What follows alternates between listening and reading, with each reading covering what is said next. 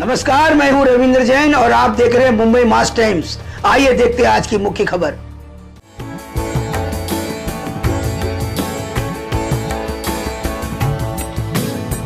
नासिक में आगामी कुंभ मेले की तैयारियों के तहत मुख्यमंत्री देवेंद्र फडणवीस और उप मुख्यमंत्री एकनाथ शिंदे ने आज 44 विकास परियोजनाओं का भूमि पूजन किया।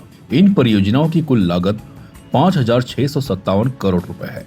इस अवसर पर सिंहस्थ मंत्री गिरीश महाजन, शिक्षा मंत्री दादा भुसे, खेल मंत्री माणिकराव कोकाटे, प्रशासनिक अधिकारी और स्थानीय विधायक उपस्थित थे।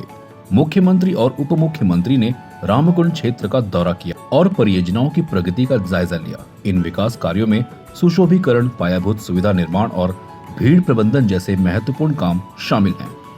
भूमि पूजन से नासिक में धार्मिक पर्यटन और कुंभ मेले की तैयारियों को मजबूत बढ़ावा मिलेगा।